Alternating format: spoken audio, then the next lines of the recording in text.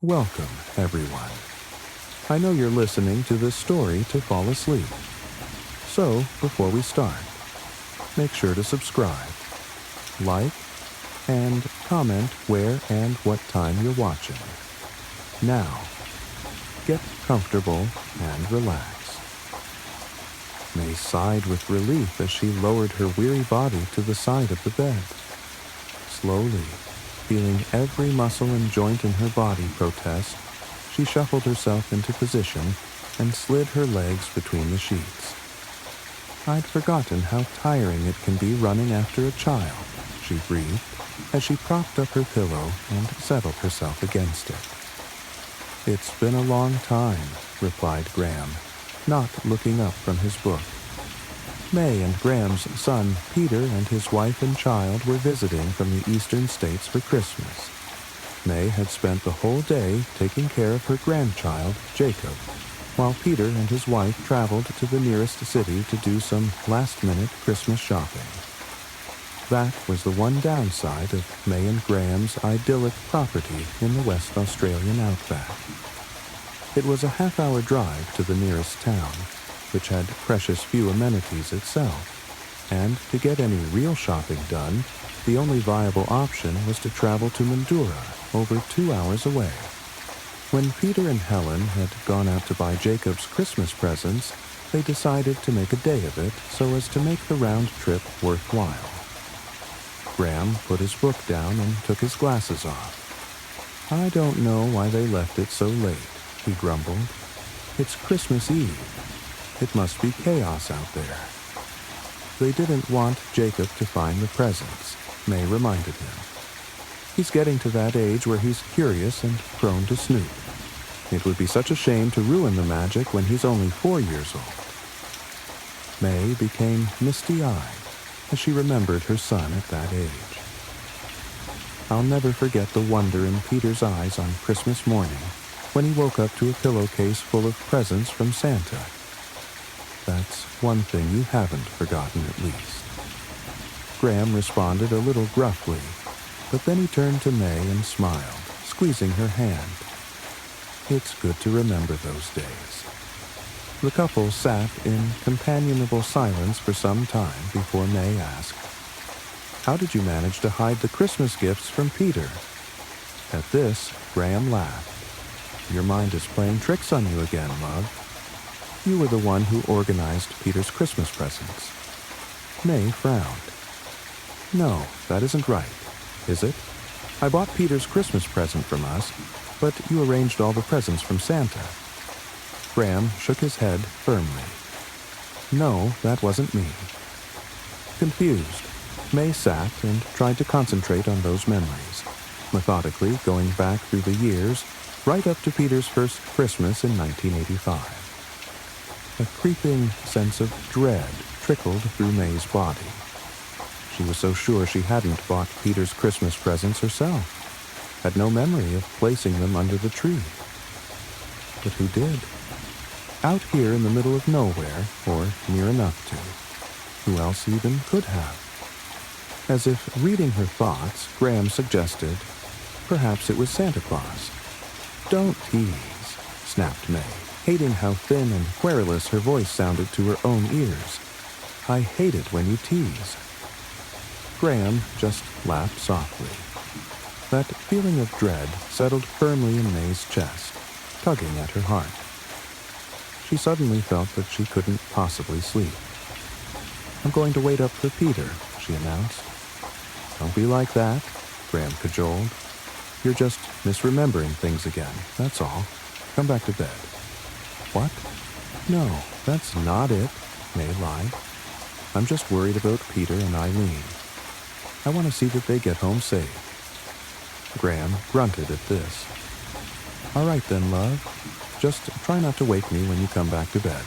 Early morning tomorrow." He rolled over and almost immediately began to snore. The tightness in May's chest loosened somewhat. May padded out to the living room in her fuzzy slippers. She stood there indecisively for a moment before creeping up to the room next to hers and Graham's and opening the door ever so carefully. The curtain in this room was open, and the moonlight streamed through, illuminating the form of her slumbering 4-year-old grandson.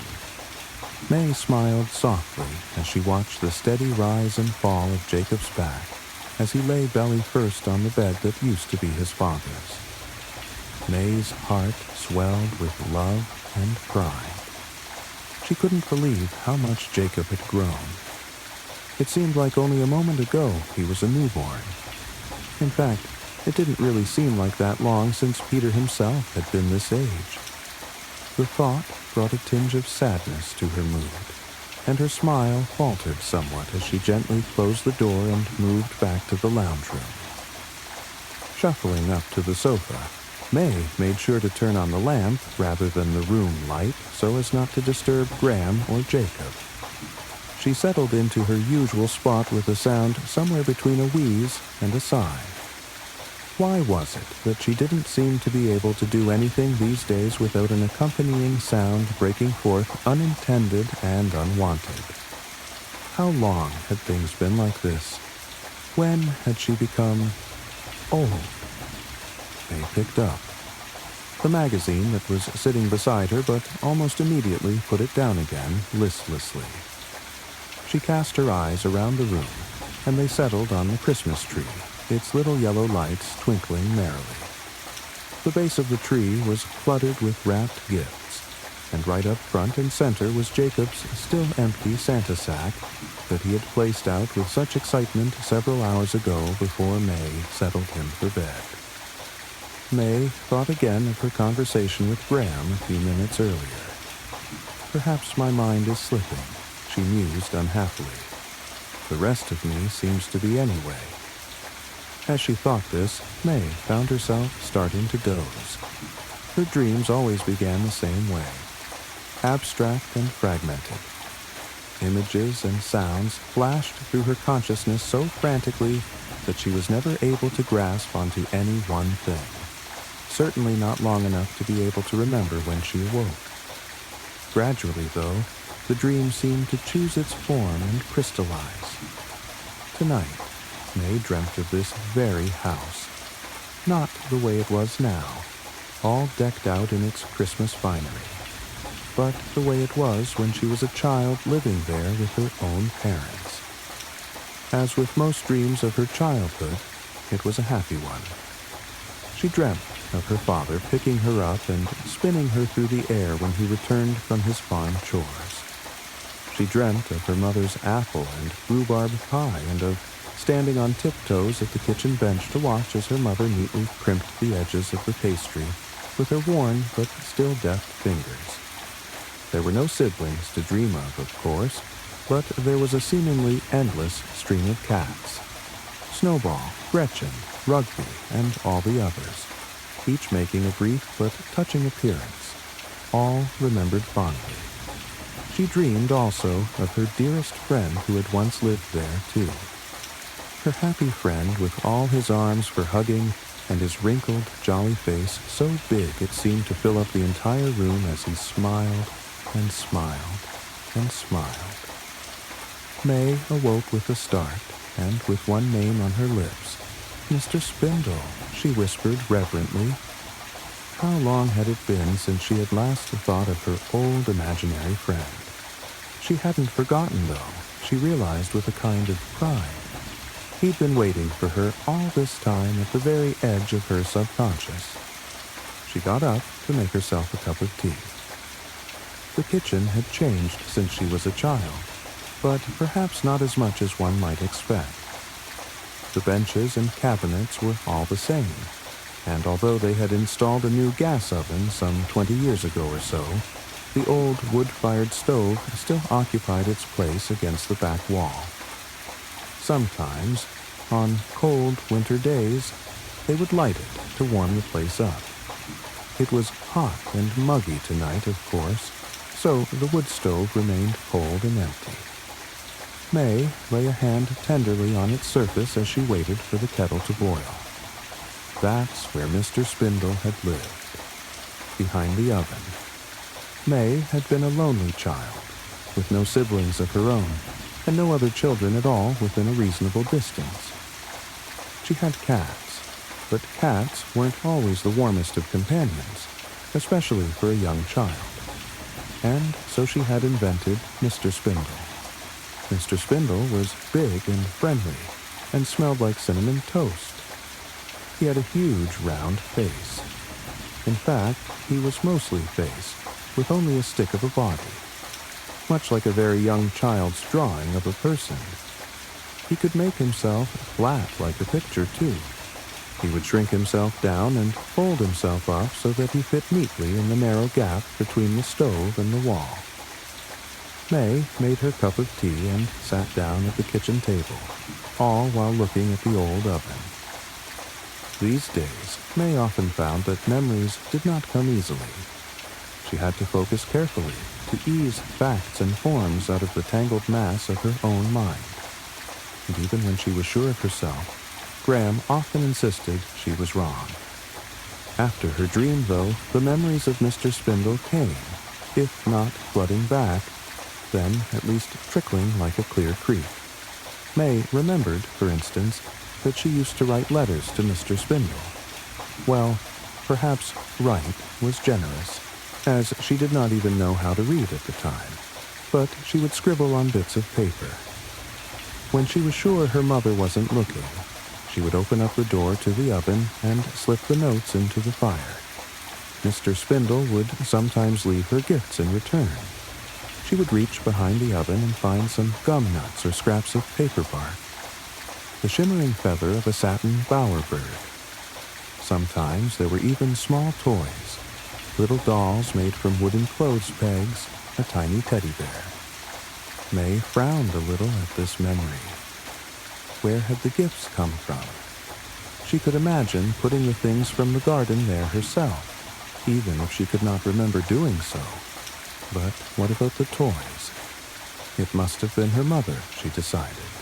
Her mother must have noticed her playing around at the back of the stove and decided to join the game. This didn't feel quite right. Her mother had been a serious, though loving, woman, and not given to whimsy. In fact, May had the sense that had she known May was messing around the stove, she would have gotten a stern talking to. Could she really have been hiding a lighter side all along? It must have been her mother. Or perhaps it was her father. May sighed heavily. Perhaps she really was losing her memory. She tapped her fingernails absently upon the kitchen table, and gradually the tapping became a tune. May started to hum until eventually words came. Mr. Spindle is neat as a pin. He has a great, big, funny grin. Mr. Spindle lives behind the stove. He is very, very, very old. Mr. Spindle brings me gifts and toys. He does not even have a voice. Mr. Spindle is my dearest friend. He'll be there with me at the end. May chuckled softly to herself. Why was it there always seemed to be a macabre tinge to the imagination of children? Were they even aware of it? Was she when she sang the made-up song happily to herself as a child? May looked at the kitchen clock as she drained the dregs of her tea. Past midnight, and still no sign of Peter and Eileen. She had waited up for 4 hours now, if you excused the period when she had dozed off. Anxiety tugged at May's chest, but she chastised herself. He's a grown man. He can look after himself. She shuffled back into the lounge room and settled herself once more on the couch. May watched the lights on the tree as they flickered on and off in a series of repeating patterns. Despite the nap and the tea, she still felt drowsy. Her eyelids drooped, and she hovered at the very precipice of sleep. A loud click startled May out of her dozy state. The door, she thought as she heaved herself up off the couch. Finally. Peter had his own keys, of course, but May wanted to meet her son at the door. She was already smiling as she turned the latch and swung open the wooden door. She was greeted, however, by nothing but the muggy summer night. May frowned and peered out into the darkness. No car. But she was so sure she heard them arriving.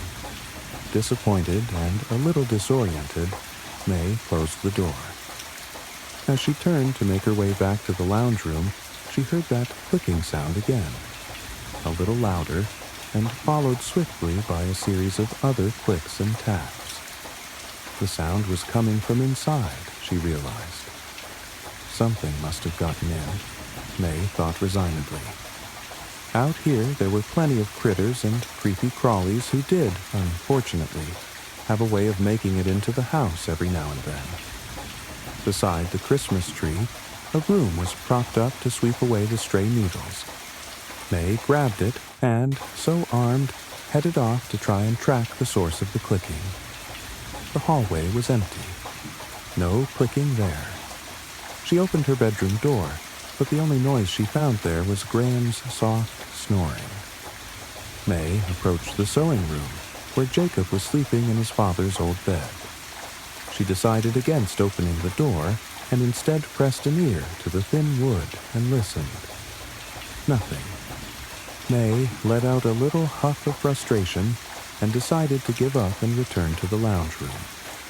As she made her way back, she heard the noise again coming from a little further up the hallway. The kitchen. May left the light out as she entered the kitchen. She didn't want whatever had broken into the house to scuttle off under the fridge before she had a chance to get at it. Besides, the tree lights in the adjoining lounge room gave off sufficient, if inconsistent, lighting for her to make her way. May's eyes swept the room as she entered, running along the skirting boards, around the window frames, even across the ceiling. She sniffed and was met with a smell like slightly burnt toast. Surely she hadn't left the toaster on. She looked at the kitchen bench and saw the toaster, inert and tucked safely away. May's heart began to pound as the smell intensified. Could it be a stroke? Is this really how it all happens? She could hear the clicking noise still, but it no longer held her attention. Frantically, her eyes flickered to the gas stove, also off, before finally alighting on the old wood-fired oven. May froze. Something familiar but impossible was creeping out of the space behind the oven. A number of limbs, too many, too long, and with too many joints, seemed to unfold out of the shadows. They clicked and creaked as they stretched further out into the kitchen. Each limb ended in a kind of pincer, and each pincer held tight in its grip. A toy, a fluffy teddy bear, a tiny train set, even some sort of handheld gaming device. The thing somehow dragged them all out of the tiny space between the oven and the wall. As May looked at the toys, she noticed that none of them seemed quite whole. The teddy bear was missing an arm, and from the unfinished seam at its side hung strands of an oddly iridescent thread. The same threads hung from the other toys. Even the gaming device seemed to be somehow unraveling from the back, where the batteries should go. Gradually, the thing behind the stove revealed more of itself. An eye the size of a basketball peeked out of the shadows as the thing slowly revealed its body, which really was just an enormous, wrinkled head. Its huge, broad mouth was twisted into a manic grin, so wide it seemed to almost encircle the thing's entire head. Its teeth chattered and lips flapped in a parody of speech, but no sound came out but for the click, click, click, as the teeth met. More of those glimmering threads hung in loops from between the huge, blunt teeth. The flesh of the thing, both on its immense head and covering its many, many arms, appeared plush and velvety, which in combination with the wrinkles made May think, incongruously, of a pug. Except, where puppies wriggled and wagged, this thing seemed to vibrate slightly, its whole body shivering in little spasms. Up and down, up and down. As the thing advanced, the burnt toast smell became stronger, undercut now with something sweet and spicy, like cinnamon donuts or gingerbread. May could taste the sickly combination at the back of her throat. Somewhere inside May, something broke. As she clutched her chest, ambivalence reigned in her racing heart. She was terrified, of course, but also strangely triumphant.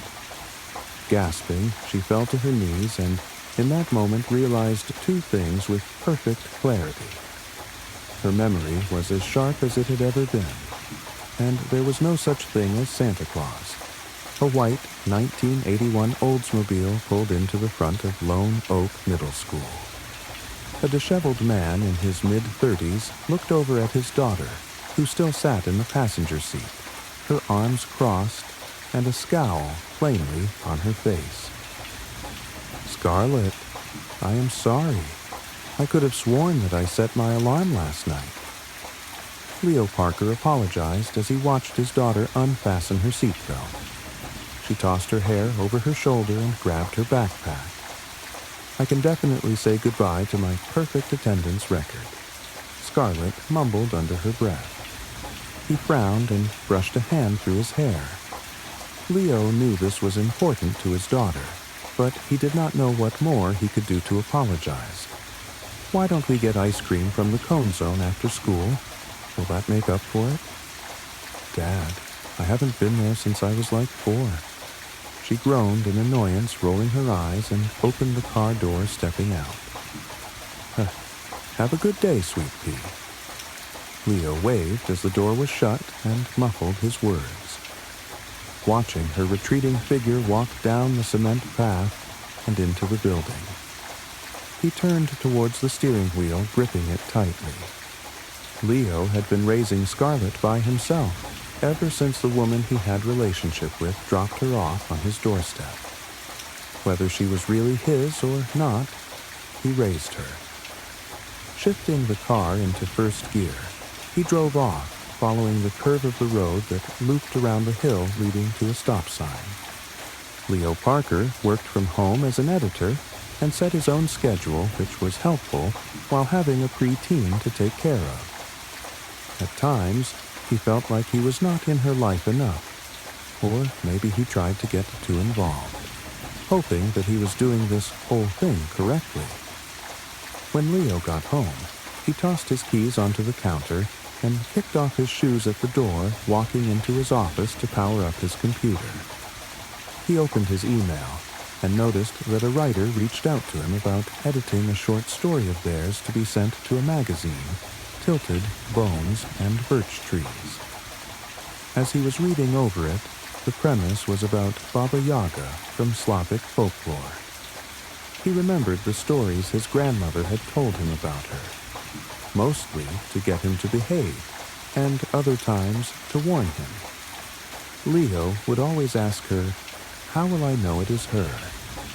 She would simply shake her head and say, "When the winds turn wild, and there is whistling through the trees which will creak and moan, and the air turns bitter cold." Those words always sent a shiver down his spine, and still does to this day. Time went by as he made a few edit notes and sent it back to the writer. Leo looked at the wall clock of his office. One of those antique cuckoo clocks let him know it was now time to go pick up Scarlett from school. Arriving at the school, he noticed his daughter was standing off to the side by herself, while a group of kids talked to each other while glancing her way. Leo frowned. Was she being bullied?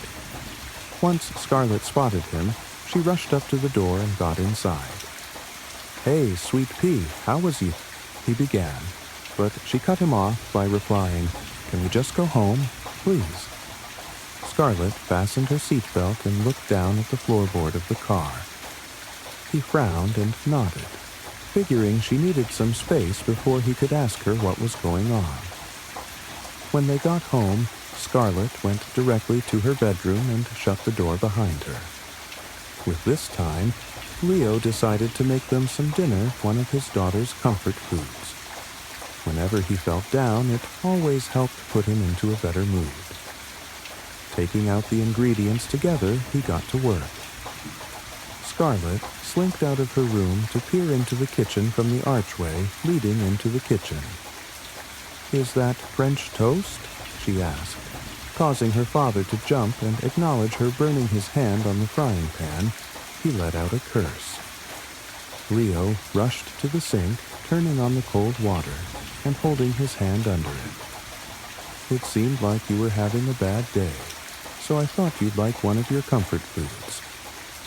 Leo smiled, cutting off the water and drying his hand off on a hand towel. She smiled and scratched at her left arm.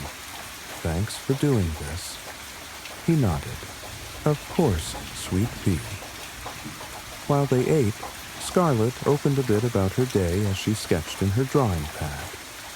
She recently had one of her drawings displayed for a contest, and it was stirring up a fuss because of the subject itself. Scarlett had chosen folklore as her theme, and drew Baba Yaga. Students were saying that it moved, or sometimes the figure went missing. They began calling her a witch, a freak. Scarlett frowned, pressing down a bit too hard with her pencil, causing the lead to snap. Everything okay? Leo asked his daughter, looking up from his plate. She nodded, putting down her drawing pad and pencil. Yeah, Jay, just, school stuff. School stuff, huh? Are your classmates giving you trouble? Kind of. Scarlett sighed. I had one of my art pieces displayed recently, and it, brows furrowed. She rubbed her hands over her knees. I think it's haunted. So, what exactly did you draw? Leo sat upright in his chair, looking his daughter who met his gaze. Baba Yaga. I remembered when you used to tell me stories about her like the ones you were told growing up. Since then, weird things have been happening with it. My classmates started calling me a witch. She told him worried he would get upset, but he kept his composure, nodding and listening. Would you like me to go talk to your teachers or the principal about this? Scarlett shook her head. Nah, it should pass. I'm sure they will get over it eventually. Leo hoped that it would too. Kids can be cruel to each other, and even push those they bully to take their own lives, and that was something he didn't want to happen to her. Thanks for dinner. Scarlett smiled and stood with her empty plate, placing it inside the sink. She excused herself and went to her room, leaving behind her drawing pad. As he cleaned up the kitchen, he noticed Scarlett's drawing pad, opened on a page that looked like a rough sketch of an old woman leaning on a cane, her eyes focused on something off in the distance. He picked it up and flipped through it, seeing not one but multiple rough drafts of the same woman, and on the very last page was scribbled writing. She's watching me, and everywhere I go, I see her. What do I do? Who can I talk to? Would anyone even believe me if I told them? Leo's heart thumped in his chest as he closed the drawing pad. It's just a drawing. No need to jump to conclusions or worked up over nothing, he told himself. Making his way upstairs, he knocked on Scarlett's door. You left your drawing pad on the table. When he was met with silence, Leo placed the drawing pad on a table outside the bedroom door.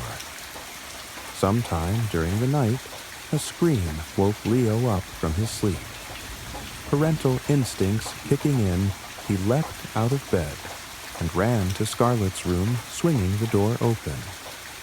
Flipping the light switch on, he looked around the room, not seeing his daughter anywhere. Scarlett. Sweet pea, where are you? His voice was panicked as he looked all around the room, not finding her. She wasn't the type to run away. So, where could she have gone? As he was about to investigate the rest of the house, his foot bumped against something on the floor. It was Scarlett's iPad, the screen still turned on. He picked it up, his eyes widening at what was there. A drawing of Baba Yaga and his daughter standing across from each other. The old woman handing Scarlett something that he couldn't identify. Why had his daughter been taken? What would become of her? After reporting Scarlett missing to the police, They did their investigation, coming up with no evidence of her disappearance. Therefore, it was just written off as a runaway teen, and missing posters were distributed in the area. Some time had passed, and Leo engrossed himself into his work to get his mind off things. Checking his emails for clients, he came across an article that was sent to him. Recently, a string of missing teens from Lone Oak Middle School has gone viral. As parents have said when checking on their children at night, they walk into empty bedrooms with only a pool of blood left on their beds. Some believe this might be a suicide pact, while others think that it's a kidnapping by an unknown individual. Leo leaned back in his chair, staring at the article in disbelief. First, it was Scarlett, and now more kids from her school were disappearing. Could it be the ones who had bullied his daughter? Looking up at the drawing on his office wall, the one his daughter had displayed for the drawing contest shifted and morphed, taking the shape of Scarlett herself, a content smile on her face. Susan Grayson started her day with a cup of coffee, and whatever her youngest child would not finish for breakfast, as she rushes him and her oldest out the door and into the car to ensure they would not for school. While dropping them off, she would meet up with the rest of the PTA moms to catch up on things. It was usually gossip or what the next fundraiser goal would be, and who would be baking what. "By the way, Susie," her childhood friend Helen spoke up, getting her attention, since she had been zoning out during the whole conversation that always left her out every time. "Yeah?" Susan cleared her throat and looked up from her thermos of now cold coffee. "Well, my next-door neighbor, the one with the Tesla. She asked if I wanted to join her book club. They found this old book that has never been released to the public before." Helen twirled a blonde curl around her index finger as she spoke, looking at each one of them, trying to see if anyone was interested in joining as well, but they all declined.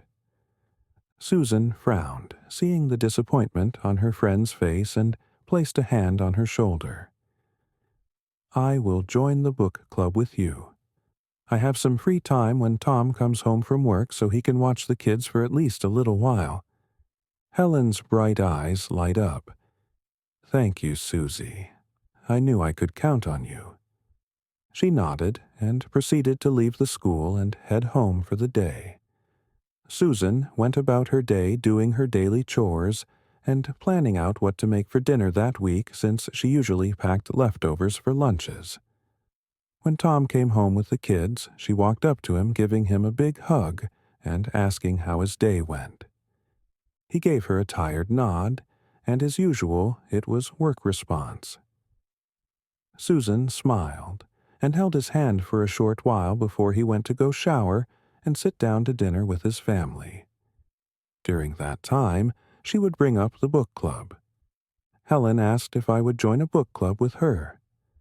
Susan casually brought up poking her fork into the green beans on her plate. Tom tilted his head to the side, chewing a bit of meatloaf before responding. "The blonde?" I honestly did not think she had ever picked up a book before. The children snickered, and his wife pouted. "Thomas." She scolded, and he shrugged, taking another bite before sipping his drink. He always disliked Helen, ever since they had met back in high school when she had introduced Tom as her boyfriend back then. Tom told Susan that Helen was clingy and always got her into some type of trouble. "If you want to go, I don't mind watching the kids for a while." "Thank you." Tom nodded and finished his meal, gathering up the empty plates to wash them in the kitchen. The following day, Susan met up with Helen to walk over to her next-door neighbor's house. A woman with dark, slicked-back hair tied into high ponytail answered the door. "Helen, it's so good to see you."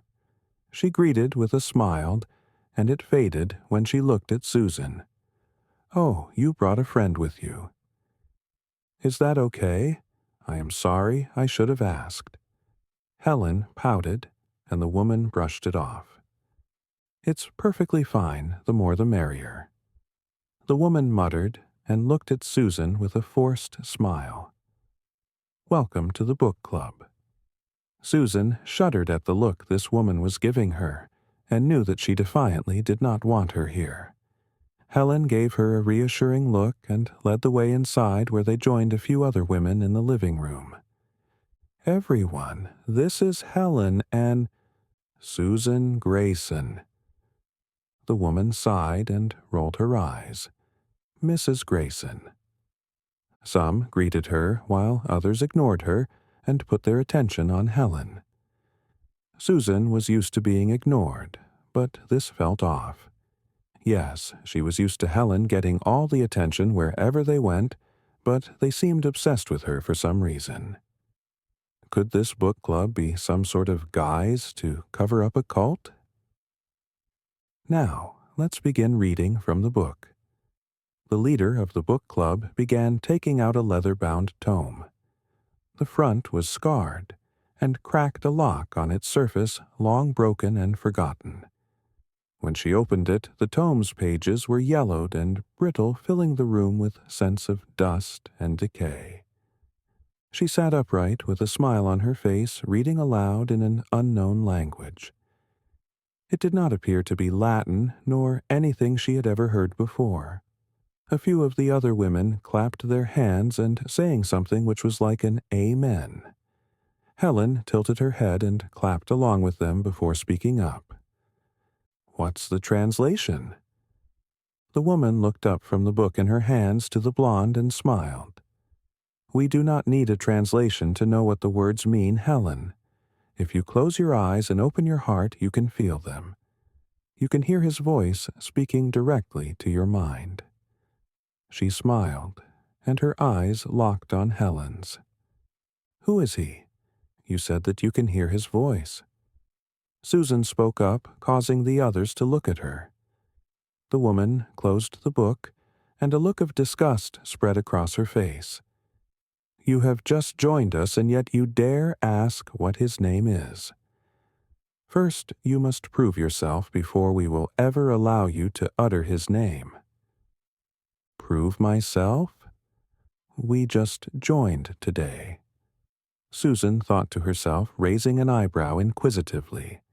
The woman held her head high and looked away, her eyes settling on the group.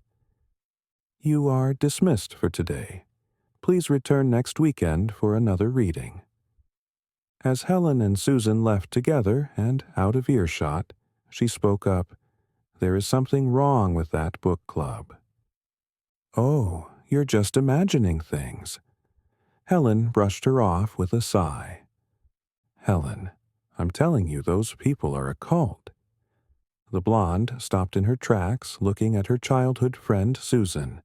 Her voice was stern, and her arms crossed in front of her. "If you keep saying such things, weird rumors will start to spread and innocent people will get hurt. So why do not you keep it to yourself?" "But Helen, Enough, Susan." The blonde turned on her heel. "I'll see you next weekend." Without another word, she went inside her house, leaving Susan completely alone. She needed to stop this, but how could she? Helen did not believe her. She thought that it was just some gimmick to get people to join the book club. How could she prove that they are bad people? Susan could not quit and leave Helen alone with those people her conscience would not allow her to. She would just have to continue to attend and find proof of what is going on between the lines that Helen is too oblivious to see. When the weekend rolled around, Susan was running a bit behind and arrived late at the club meeting. She reached out a hand to knock on the door, only to find it slightly ajar. Curious, Susan pushed the door open with her foot and stepped inside. The entrance was dimly lit and void of any life. Gently shutting the door behind her, she continued further inside, squinting her eyes to see better in the darkness. Thump, scrape, thump. was that sound from the basement. Next to the stairs was an open door with a red light spilling out across the floor and walls.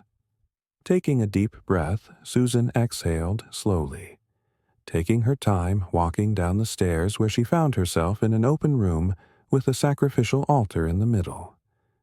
On top of it was Helen, dressed in white robes with her eyes closed. She slowly made her way over, gently shaking her childhood friend. "Helen?" Susan spoke in an intense whisper, glancing around them. "You're late, Mrs. Grayson." Susan turned, seeing the woman with the slicked-back dark hair and a high ponytail. She turned to face her brows knitting in a furrowed expression. Susan clenched her hands into fists down at her sides. What had they done to Helen? "What did you do to her?" "My Mrs. Grayson, I did not know you were capable of such anger. I thought we were doing you a favor." "Doing me a favor? Helen is my best friend. Why would I want anything to happen to her?" The woman tisked and walked up to the altar. "Either way, you are too late. She will not wake up until the ritual is over. Why don't you finish it for us?" She turned to Susan, handing over a yellowed page. "All you have to do is read the words on the page." She held the page in her hand, looking at the ancient dialect before her. Finish it? No, Susan was not going to do that, was she? Before she knew it, her lips moved on their own, speaking aloud the words which were foreign to her. Helen began to cough, her eyes opening, their usual light color turning pitch black, completely engulfing even the sclera. The coughing became worse, and then the gargling started as Helen spat up blood. The sound of bone and flesh being torn and cracked filled the air, and when Susan looked down, she gasped, almost bumping into one of the members who held her by the shoulders. "Watch with us, Susan, and gaze upon his arrival." The woman raised her arms in the air. They chanted a name, something which came out in gibberish when it was spoken. Volgron. Volgron. Volgron. Just what was Volgron? As Susan questioned this, she watched as a creature crawled its way out of Helen's broken open rib cage. It moved and writhed its blood-drenched body out of the broken body under it. She looked up at it, frozen in fear. The creature's body was a blend of corded muscle and jagged bloodstone.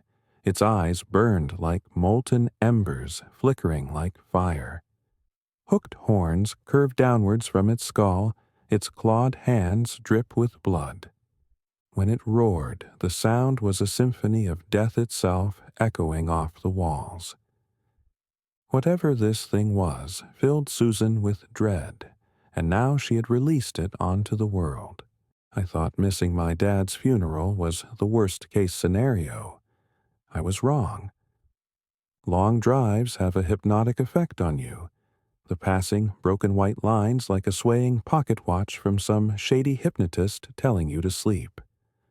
Not to mention, with the thoughts of your father's body mangled in a hospital bed flashing in and out of your mind, it's safe to say the 15-hour drive from Stony Rapids to Regina felt like years. On my first day driving, around 8 p.m., I had been on the road for 7 straight hours, only stopping once to pee and fill up on gas and snacks. I honestly was not in a good state to drive. Almost no sleep and intermittent periods of intense pain and anxiety that the flat Saskatchewan landscape turned into green oil paintings through my welling tears. Safe to say, when I thought I heard a whisper over the radio, I brushed it off immediately, as just me hearing things through my delirium. Just 30 kilometers from my hotel, I heard it again. This time, I could almost make out a single word. Fault. I quickly look around me. Going 110, I do my best to look behind me, and all over the car the best I can without swerving into a ditch. Once again, I chalk it up to my exhausted mind playing tricks on me while in the isolation of my car on a dead road near the middle of the night. But I decided to drive the rest of the way in without any radio, just in case. Just 2 kilometers outside of the town of La Ronge, where I booked my hotel, I heard it again. "It's not your fault," I heard in a whisper so quiet that even without the radio I almost missed it. I immediately jerked my head to my back seat, and through the darkness I swear I saw something just fall behind my back seats and into my trunk. I could not make out any sort of figure, but the worst part was the noise. The sound I heard when it jumped in the back was like the scurry of 1,000 rats, as if whatever this thing was had hundreds of legs on all sides of its body moving in unison to stay out of my sight. I immediately pulled over and got out, the cold wind of the night shocking my system as I disrupted my warm hideaway provided by the car's heater. Call me crazy, call me a pussy, I don't care. I'm exhausted and mentally shot, so if I'm not just imagining things, I want absolutely nothing to do with whatever the hell that was. I'm only a couple kilometers away from my hotel. I'll just walk, go get some rest, and come back to my car when I have a clearer head in the morning. So I quickly grab all my valuables out of the front seats, lock the doors, and write down the location of my car and start walking. I get about half a kilometer down the road when I look back and my car is the same distance behind me as it was when I left.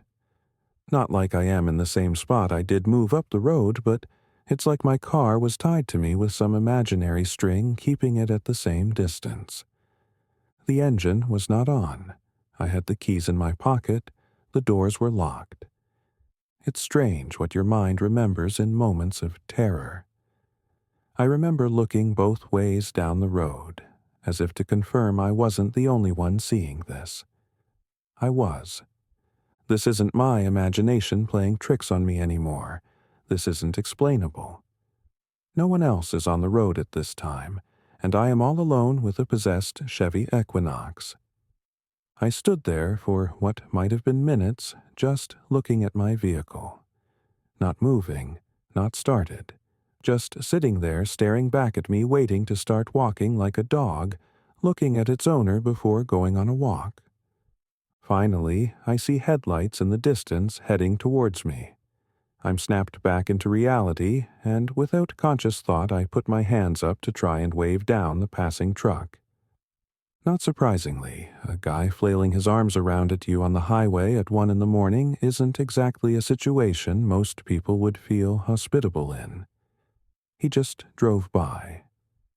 That didn't overly shock me, but what made my bones tense in fear was what I saw in my car as he drove past.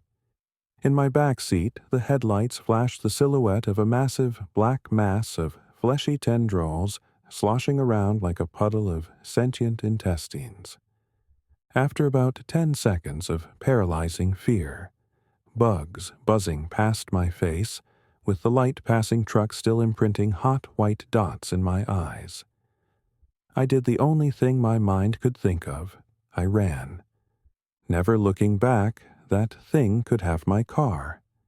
I don't care anymore. I ran and ran and ran until finally I got to the hotel. Running past several other cars in the parking lot over to the check-in desk on the far southern side of the parking lot, with the hotel to the north. Only illuminated by the 3 street lights above the parking lot and the spattered lights of occupied hotel rooms. The sight of the lights in the checkout office gave me a feeling of relief sailors must feel after seeing the shine of a lighthouse after clearing a severe storm. I ran up the check-in office and, bursting through the front door, nearly giving the clerk at the front desk a heart attack. The clerk was a 20-something kid with long blonde hair with headphones in and a Dead Kennedys t-shirt on. "You good, bro?" he said, taking out one of his AirPods. "Check in for McNeil," I said through my heavy breathing, slamming my ID on the desk. Okay, the clerk responded, looking around as if he wasn't sure I was just some hallucination from the drugs he was obviously on. Room 4E, just up the stairs to the north and down the hall, he said, after an agonizing 20 seconds of him looking at the computer and before handing me the keys. I grab the keys, and as I turn around and walk out to the stairs outside, I look out at the parking lot and see a white Chevy, just sitting directly in the middle of the parking lot. There were a few other cars in the parking lot. I only saw it from the side, so I wasn't certain it was mine. I was exhausted. I could barely see straight. I had just ran for 20 minutes straight, and I had experienced something I couldn't even explain with a clear mind. I had no plan, but for whatever reason I began to walk towards the car to check the license plate and confirm it was mine. It was. I walked up towards the side of the vehicle, and as I made my way to the back I saw the whole thing shift side to side, as if whatever this thing was staring at me, following me completely by rotating its entire body to face me. I could see its jet-black, slimy tendrils illuminated by the street light further down the parking lot, slinking forever forward as if it had no end. Its disgusting form faces me like an unholy abomination that defies all logic, looking at me destroying my concept of biology and reality just by existing. My mind became a blur. Everything that had happened to me over the last few days hit me all at once like a runaway train. I was overcome with emotions and my knees buckled. I was now on my knees in the middle of the parking lot, that thing looking over me as if I was bowing to its command. Just then I was startled out of my trance by the front desk clerk suddenly appearing in front of me, giving me a look of concern with his headphones in his hand, though I could still hear the heavy metal instrumentals blaring through them. It seems my existential crisis in the parking lot looked like something he should probably deal with from his desk window. "Hey man, do you need me to call someone for you?" he said sincerely. I looked up at him and somehow felt a moment of comfort. This kid seemed genuinely concerned for me. Maybe he'll understand. Maybe if I explain to him what is happening, we can figure a way out of this situation together. Just as I had this thought and opened my mouth to speak, I noticed the door to my trunk behind him open slightly. "Look out." Before I could even finish the two words, the creature in my back seat had slipped one of its hellish tentacles out of the back and slit the clerk's throat from ear to ear, before slowly slipping back into the trunk of my car, using it as some sort of protective shell. I'll never forget the face he made. The look of concern was replaced with shock and terror in the blink of an eye. Blood spurting out of his now open carotid artery with the rhythm of his slowly dying heartbeat. I just sat there on my knees, the brief second of hope I had dying as quickly as he did. As the kid fell to the floor, blood pooling like a lake, I still sat there motionless. Some desperate part of me wanted this to still be a dream or some fucked-up hallucination brought on by grief-induced exhaustion. As much as I tried to wake up or confirm to myself this wasn't reality, the kid's lifeless body still lay in front of me, growing whiter and whiter with every passing second. Just as my reality was once again collapsing, my driver's side door opened. "They're gonna blame you for this, you know," a high-pitched voice whispered in my ear as if right behind me. "No, they won't. You did this." "Not me," I shouted back. As a result of my shouting, several of the occupants of the hotel rooms around me turned on their lights, some looking through the drapes at the commotion. "You think they'll believe you?" It responded, seemingly genuinely curious of my response. I didn't say anything. They wouldn't believe me. I looked around the parking lot.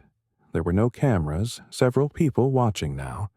All the police would see is a man going through mental anguish and a kid with his throat slit in the middle of nowhere. Just drive to the police station. I'll be in the back seat. You can show them firsthand you're not crazy and you didn't do this, it whispered. I was now rocking back and forth in complete hysteria. I don't know if I was mentally shot or I had subconsciously completely given up at this point, but I began to consider it. Realistically, it was right. What options did I have? Either I could get in the car and probably be killed, or I could go to the police alone and try to explain myself and be disowned from my family and locked away in a mental institution or prison for the rest of my life. No matter what my life was over, I couldn't live with the guilt that I had inadvertently led this kid to a gruesome death.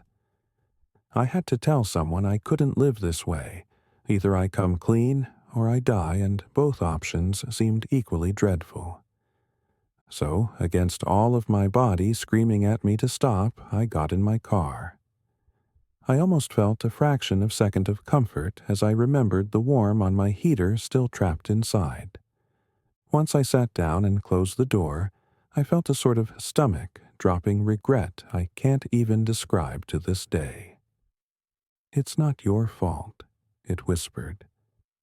"I know it's not. You killed him. You killed me," I responded in a low, aggressive, but broken tone. "Let's go talk to the police. Let's figure this whole mess out," it said after some silence. I pulled out of the parking lot and headed to the police station on the other side of the town, a short 5-minute drive away. "You're special, you know. He gave me you. Of all people he could have chosen, he chose you," it said just a minute into the longest drive of my life. I didn't want to respond. Whatever the hell was happening was something beyond my understanding. But eventually I realized if I was going down, I might as well know why. "Who?" I responded. "Your father," it whispered. I slammed on the brakes and looked in the rearview mirror. Just in the moment it occurred to me how large this thing was. It tensed in fear like a child about to be scolded by their parents. Even in its tense state, it still took up the entirety of the back of my car. I couldn't see a sliver of my rearview window. Just the sight of it made my stomach turn in with dread. "Don't you ever talk about my father. He would never let you do this to me, you son of a bitch," I screamed through my tears that seemingly had no end. "Oh, I'm sorry. Your father did want to protect you. On his deathbed after the accident, he prayed for your protection. I just think he didn't realize who he was praying to," it responded. I slumped in my chair. What was left of my sanity was now gone. I looked out my driver's side window and into the inky black void that was my surroundings. Only light coming from my headlights and the street light a kilometer down the road. Without another word, I shifted the car back into gear and started driving again. "I think you'll learn to appreciate me after a while.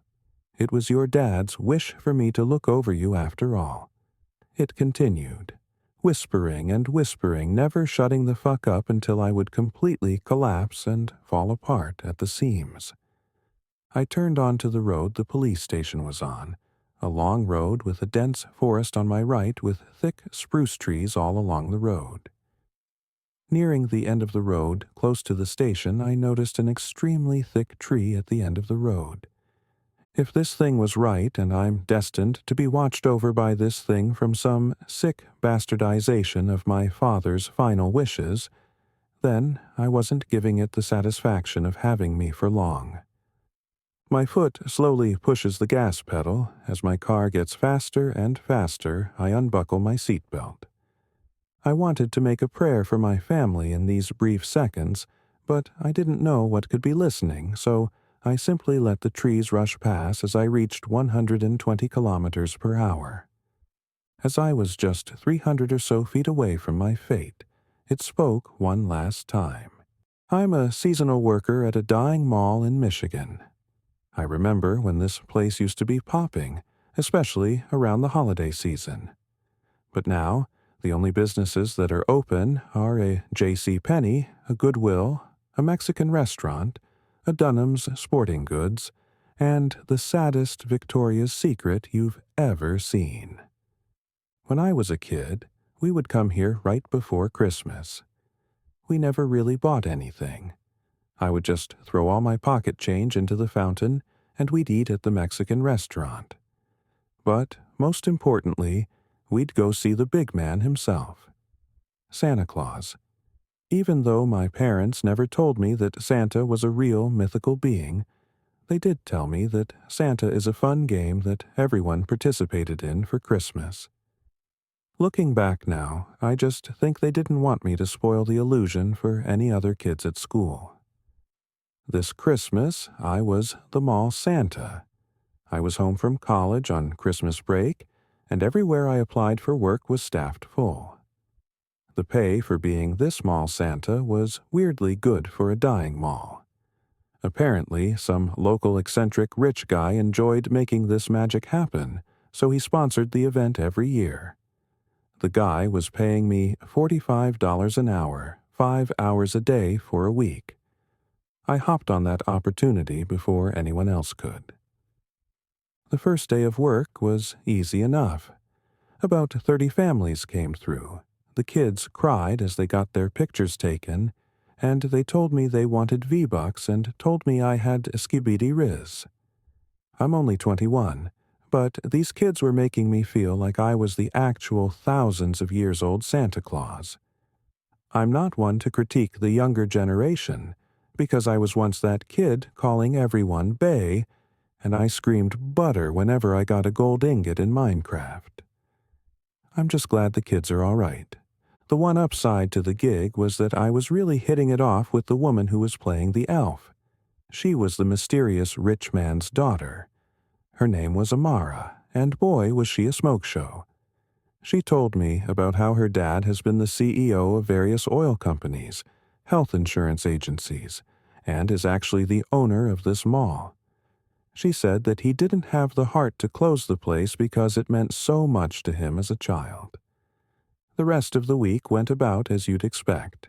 Kids, pictures, V-Bucks, and flirting with Amara.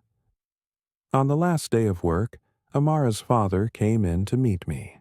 His name was Damien, and he was super cool. He looked like he could be anywhere from 35 to 75 years old. It was hard to get an accurate gauge. Amara told me he uses some weird experimental anti-aging stuff. He came in dressed as an elf and interacted with all the kids, and even handed out $100 V-Bucks gift cards and candy to all of them. He was a superstar. After the night was over, he invited me over to his place for a big Christmas dinner. Christmas wasn't for another 2 days, but he said that he wanted to congratulate me on being his best mall Santa he'd ever employed. I was starving and poor, so going to the strange multimillionaire's house for fancy people food sounded a lot better than another McChicken for the 4th night in a row. It took an hour and a half or so for the chauffeur to get us to their house. They lived in the middle of nowhere way back up in the woods. The driveway must have been at least 2 miles long. The house was immaculate. It was a giant 25,000 square foot log cabin. The fence and gate that surrounded the property was gilded with various ironwork art pieces. The one I locked in on was a nativity scene, but the baby Jesus was missing. I couldn't tell what was in his place, but it didn't seem like that mattered. We got inside, and one of his many butlers gave me a bag. He told me to go take a shower and to meet them in the main dining room. Amara led me upstairs to the bathhouse for me to take my shower. When I say bathhouse, what I mean is a giant room with a bathtub the size of your standard middle-class backyard pool. The walls and ceilings were full of shower heads that must have had a bajillion different settings, and some of them detached from the wall. There were vents all around that let in warm steam that smelled like herbs and spices like rosemary and lavender. I was in heaven. I went to take my clothes off, but Amara was still there looking at me. I hesitated, but she insisted that I undress. She even led the way by doing so herself. I'll spare you the details. After the most amazing shower of my life, Amara and I went down to the dinner table. It must have been 30 feet long, and it was full of food. 5 turkeys all cooked in different styles, 5 vats of mashed potatoes, a bunch of freshly baked bread, mashed butternut squash, veggie platters, 3 hams, lamb chops, beef Wellington, and desserts on desserts on desserts. It was amazing. I ate and ate and ate. All but a few of his employees were eating. The ones who were serving had already eaten their fill. It wasn't until my 5th glass of wine that Damien spoke. Damien, I would like to wish all of you here today a very Merry Christmas. For those of you, and I see many of you, chuckles mirthfully, who have drank too much are free to spend the night. We have plenty of beds and rooms for all. Please keep eating and drinking and making merry. I must now retire to my bedroom. I can't party like I used to. Merry Christmas to all, and to all a good night. We all responded with a boisterous Merry Christmas, and clapped as he left. Amara and I were seated next to each other, and she kept filling my glass with exotic wines that I could never afford. She kept whispering sweet nothings into my ear until it was time for us all to go to bed. She led me to a room that was styled to look like a small, cozy cabin, complete with a fireplace and bearskin rug. Although she offered to stay the night with me, I was too drunk and too tired to partake in Yuletide carols, if you catch my drift. She kissed me and told me good night. As soon as my head hit the pillow, I was out like a light. I woke up around 3 a.m. with a start. I was disoriented since I wasn't in my own bed, but I quickly remembered where I was. I rolled over in the king-sized bed and saw someone laying in bed next to me. The figure was facing away from me, so I couldn't tell who it was. I assumed it was Amara until I heard them speak. Damien, you know, I really did like you. And with that, I jumped out of the bed and ran for the door. When I flung it open, I saw Amara was there. She stabbed me in the neck with some kind of syringe, and within seconds I was slumped over on the floor, still very much conscious. They dragged me down to the basement and chained me up to some pipes that were running along the ceiling. Me. Why are you doing this to me? Damien. Well, we gotta stay young somehow. You see, Amara and I are very old. I'm not a CEO, and my name isn't Damien. It's Dieva. It was Raeva, and I am what you call a Dieva. I'm the last of my kind, so I've taken my classification as my proper name. Me. That doesn't answer my question. Please, just let me go. I'm sorry. Dieva, we've been beaten down and forgotten by your world. You know, around this time of year, we used to be lauded by occultic sects, praised, adored. Now you humans honor that startup god Jesus and that fat red saint. We need your soul. Then his nails elongated into talons, his teeth into fangs. Amara's beautiful form morphed into a grotesque and hideous hag. They both latched their maws to my neck and began to drink. Just before I was about to pass out, they detached. Diva. The soul resides in the blood. It's the tether between this world and the unseen realm, where the divine meets the material. We're going to finish you off on Christmas. Have a good night. Christmas Eve was not enjoyable for me. The butler's force fed me sweet fruits, wine, and bread to get my blood to be more delectable for Diva and Amara. I tried to resist by forcing myself to vomit, but it was no use. They just cleaned me up and stuffed me full. I was about to consign myself to death for tomorrow until I heard a struggle. I heard clanging and clashing. The torrent of footsteps made such a clatter above my head. I began to scream for help. Then it went quiet. It was as still as a crypt in the sticks. Suddenly, I heard loud jingling heavy footsteps coming down the stairs towards the door that led into my prison. The door opened and the body of Diva appeared.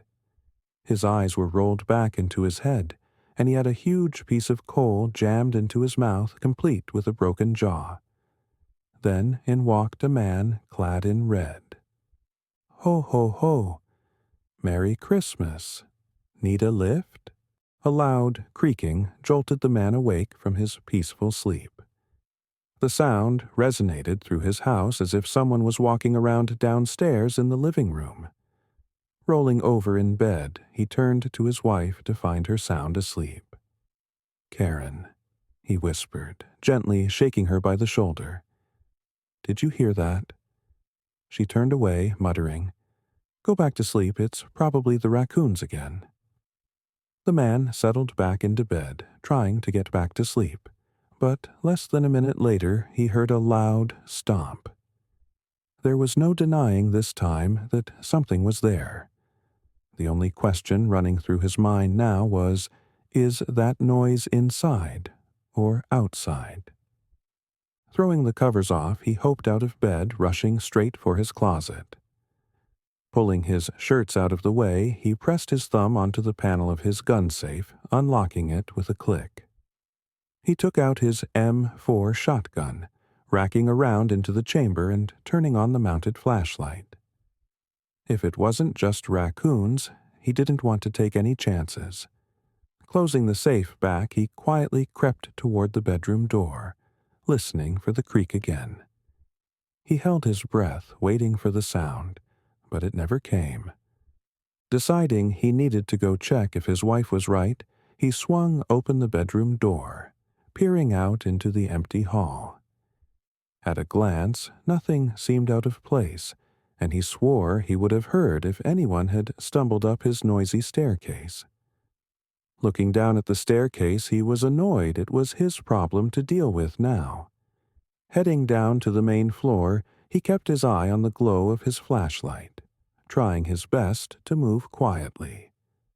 Despite his best efforts, the steps let out creaks and squeaks every other step. At the bottom of the stair, he stood still again, patiently waiting for any sounds, scanning over the living room.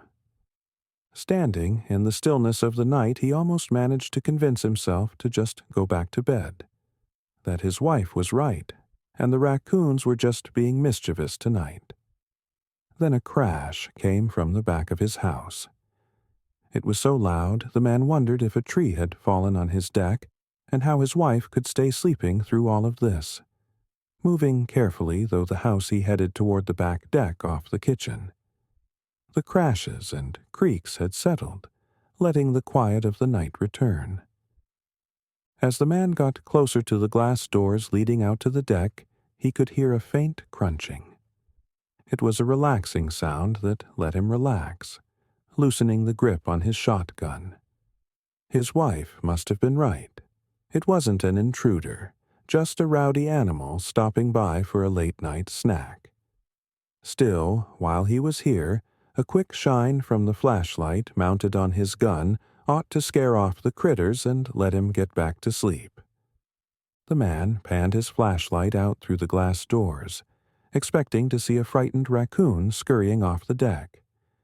Instead, light illuminated onto 4 narrow fleshly legs, holding up an amorphous sack of flesh.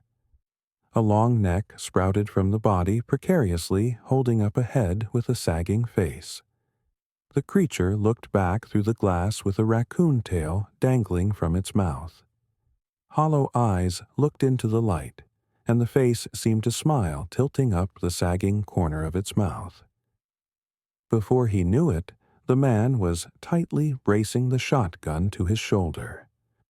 2 rounds of buckshot fired out from the gun, shattering the glass door. The ringing out of the glass blended in with his blaring phone alarm, jolting the man awake in his bed. Fumbling to turn off the alarm, he sat in bed, wiping the sweat off his face, confused at what was going on. It was just a dream, he told himself, but it felt so real. His hands were trembling, and he could still feel the tension in his shoulder from firing the shotgun. He turned toward his wife, but she wasn't in bed. Dragging himself out of bed, he threw on clothes, hoping talking to his wife would bring back the feeling of normalcy. Getting ready for the day felt heavy, like moving through a fog, as if this was the dream and not last night. Heading downstairs in the light of day, everything seemed normal through the house, but he couldn't shake his dream. His wife was waiting for him in the kitchen, buttering some toast. He was about to sit down, but found himself heading to the glass doors. "Is everything okay?" she asked. "I just had a bad dream." Compelled to check out the doors, pressing against the glass. Everything seemed fine, but touching the glass brought back the memories rushing from his dream. Still in the effects of the heavy fog, he headed back upstairs to his closest, examining his gun safe. Opening up the safe, he backtracked through last night's events. Holding the shotgun in his hands, he clung to the fading memory. He told himself again that it was just a dream as he unloaded his shotgun, counting the rounds. All the rounds were accounted for, making him feel more than a little silly for checking. He loaded them back into the shotgun, not sure what he had been expecting. Placing the shotgun back in the safe, the box of shotgun shells on the bottom shelf seemed ajar. He figured he must have bumped it taking out the shotgun, but after seeing the box, he couldn't stop himself. Opening the box, he counted through the remaining shells, and 2 were missing. I was 18 at the time. I just graduated high school, and what was probably a really exciting and memorable time for most people was a stressful race against time for me. You see, my dad was very traditional. If I were going to be living in his house after high school, even just over the summer between graduation and college, I needed a job. If not, I was freeloading, and he swore with an adamance I certainly didn't care to test that I'd be out on the street if I was unemployed for long. I'd had months of preparation, hell, years, really. This entire time I could have been looking.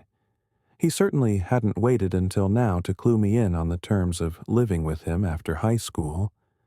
But I just wasn't the type to care that much about anything until I was days from a deadline. Finding a job back then wasn't easy. I'd dyed my hair green, and my nose and lips were pierced, not to mention the gauges and the shitty stick and poke snake on my forearm that my 16-year-old self had afflicted upon me. Case in point, I wasn't getting hired most places, and being that I had about a week at the time left to figure it all out, like usual, I was in a mad scramble to line something up before facing the consequences. But then, as if some morbid miracle, a cop got shot and killed on 84th Avenue pretty close to the pass and go out there, and an opening for the night shift position appeared not long after. The pass and go and 84th Avenue as a whole had a pretty bad reputation. See, 84th was one of the only roads in town still unpaved at parts, namely the north end shortly after the pass and go. And it wound along a pretty deep drainage ditch where no guardrails had ever been built, even after decades of complaints. There was a particularly tight bend up the road where a lot of drunk drivers and speeding teens learned that they were not, in fact, invincible, some of them even taking that lesson to the grave with them, and the lack of streetlights just made it all the more dangerous. But those were just the logical concerns. In a tiny town like mine, people are bored enough to run with sensational bullshit, and so 84th could never just be a dangerous road with poor construction and lack of safety measures to blame, but was instead cursed and haunted. People died there so often not because it was just a hazardous roadway, but because it was bloodthirsty, evil. People's reception went out on the road not because it was essentially the furthest you could be from town, but because some malicious entity wanted you isolated. You get it. The woods beyond the ditch were even worse. On 3 occasions since the turn of the century, bodies were found out there, 1 a suicide, and 2 in shallow graves. And in a town as small as mine had been, that's a pretty sizable number. For a criminal, though, it only made sense to bury them there. Again, this place was basically abandoned and totally secluded. Really, the only other people that far northwest of town were the wagies at the pass and go, and they weren't getting paid enough to be on the lookout for anything. Not to mention, they had their own weirdness to deal with. All sorts of strange and illegal activities happened in that pothole-ridden parking lot, and why wouldn't it? That place was the last beacon of humanity's presence in the town for miles, until you got to 90th Street, the main road shooting off from the highway. So anybody working there had enough going on at their own doorstep, and wouldn't be paying any attention to cars pulled off on the side of the road with mysteriously heavy duffel bags in the trunk. Suffice it to say, once the position opened, I was the only person in town out of options enough to drop off an application.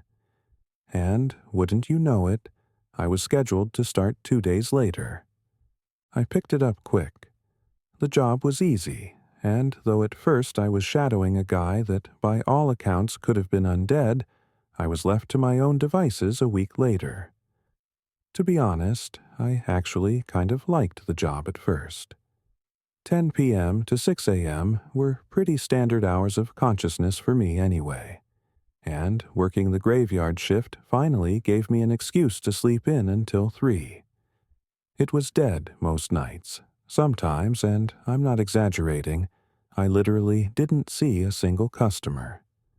And other nights, the goofiness of my interactions with various druggies kept things interesting. But those kinds of nights aren't what this story is about. The first time I remember being pretty confused was only 2 weeks after I'd started the job. I was pretty stoned at the time, so I tensed up when I saw a cop walking toward the door, but I wasn't complacent enough to blaze it before work without eye drops for fear of these exact situations. Not so much worried about getting arrested, but about what my dad would do to me. I also had a little bit of a heads up in the form of a faulty open sign in the window. The neon would pretty often flicker or dim for some reason when people were coming up to the door. Really couldn't tell you why it happened, but when I was totally fucking off behind the counter, it was my cue to act natural for a minute. And, since a bunch of random bullshit was stacked up on the side of the counter to my left, facing the parking lot and the pumps, I couldn't ever see out the windows unless I was actively looking over it. So needless to say, whatever was wrong with that sign certainly wasn't something I was going to try and get fixed. When the cop walked in, I sort of leaned back as casually as possible and tried to make small talk with him so his mind wouldn't wander anywhere else. "See any crazies?" I inquired. "Not yet," he answered, perusing the energy drinks like a selection of fine wines. He sounded pretty bored, and I hoped that that wasn't an indication that he was looking for something to do. "Well, lucky you," I chuckled. "Can't say the same myself." "Yeah?" He settled on a sugar-free monster. He walked over to the counter, and I remember thinking he was either a new guy or one of those officers that just never stopped being motivated, going off his short hair and fresh fade. Though, judging off how young he looked, definitely early 20s, I was going with the former. These were the worst types of cops from my experience. They're always looking for a way to stand out to their higher-ups. Yeah, I continued. Saw a lady sleeping in a shopping cart out back. Asked her why the shopping cart, and she said she learned from a TV show that you should never sleep on the bare ground. You learn something new every day, I smirked. That actually happened last week, but who's counting? He actually smiled slightly. Weirdos, man. Yeah. Will that be all? Yeah. $3.29. He tapped his card on the reader, and while the sale processed, I remember actually feeling slightly concerned for the guy. I wasn't a big fan of cops, but one of them had died around here recently after all, and just talking with this guy face to face sort of humanized him to me. As he cupped the top of the drink and slid it off the counter, I said, "Stay safe out there." He glanced at me and raised an eyebrow. You know something I don't? Nah, just, that cop that got shot out here a couple weeks ago. Huh? I just stared at him. Listen. He peered at my name tag for a second. Carter, you can't believe everything you hear about this place. 84th Avenue. It's just a street, man. Most of what you hear about this place is embellished or even totally made up. Yeah, all right. Well, have a good night, officer. I paused, squinting at his name tag back. Brady. He walked off into the night, his energy drink in his hand. At the time, I didn't give that interaction a whole lot of thought. I learned most of my news from memes, and it was definitely possible I'd been wrong. Unlikely, but possible. But over time, stranger things began to occur. And I'm not talking about druggies sleeping in shopping carts. I began to pick up on an anomaly with the neon sign. See, it actually didn't flicker very often. It seemed to at first, but after getting caught off guard multiple times by random people coming in, I realized I couldn't trust it as much as I thought I could. Yet, strangely, though it seemed inconsistent, I realized it always blinked and dimmed for certain people. There was this lady that would come in about once a week and buy a scratch-off ticket. I figured she had to be pretty depressed, 'cause she was always wearing the same clothes, and was coming to this dingy-ass place with relative frequency. Every time she'd ask for the same ticket, Cash Kaiser, and every time I'd slide it to her, she'd smile at me and say, "Maybe tonight's the night." Even in her voice, I could hear how much she needed a break. But I guess tonight was never the night, 'cause a week or two later, she'd always be back, always dressed the same, always buying a colorful strip of false hope that things would suddenly change for her. I tried to chat with her the more she came in, but she wasn't keen on giving away details about her life.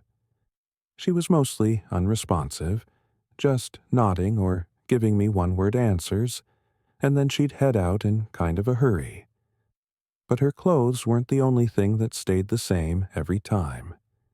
Every single time she came into the pass and go, that sign would flicker.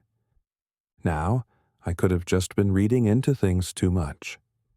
I wondered if the sign was ultimately connected to a wire through the ground, maybe, and maybe certain people were stepping over it, and those people just kind of came in the same way every time. I didn't really know. I'm not an electrician. But the sort of Groundhog Day that transpired every time she stopped by really did intrigue me. Then, one night in early July, I had another curious experience. I was listening to some podcast about ayahuasca and contemplating if I'd ever take the plunge when the green flicker of my inconsistent early warning system caught my attention. And when my eyes trailed from the neon sign and over the merchandise on the counter to the pumps out in the dark beyond, I saw a guy pumping gas into his truck, probably in his mid-30s. He had this really gruff look on his face, but I wouldn't have paid it much mind except for the fact someone was with him, a girl about my age. While he was by the pump, she was heading into the store. She had black hair down to about her shoulders, and these big brown eyes. Her skin was kind of pale, like she probably didn't get out much, and she wore skinny jeans and a gray top. As soon as I noticed her approaching, I stepped back from the window. I definitely didn't want to creep her out by being seen peeking over the counter through the glass. She came in, and as the chime above the door rang, I couldn't help but glance at her as she beelined to the snacks. She was cute, and I was considering flirting with her at first, but then I glanced over the counter again at the guy in the parking lot, presuming him to be her big brother or dad or something. I didn't want to piss him off, so I decided to keep it casual. She was over by the coolers on the back wall the next time I found her, not looking my direction while she scanned our selection of sports drinks. Then she grabbed a red Gatorade and came walking up to the front. She put the drink and a bag of classic Lays on the counter, and when I noticed it was almost 4 a.m, I couldn't help but inquire, "What's got you out so late?" I was scanning the items with muscle memory, my eyes meeting hers after she glanced at the counter for a second, as if considering a response. "Nothing really." "Big bro." I flicked my eyes to the guy in the parking lot, and at this her nose wrinkled. "Ew. No." I thought that was a strange response. "Ew?" I asked as the total popped up on the screen. "It's gross to have a brother?" "It's gross to kiss your brother."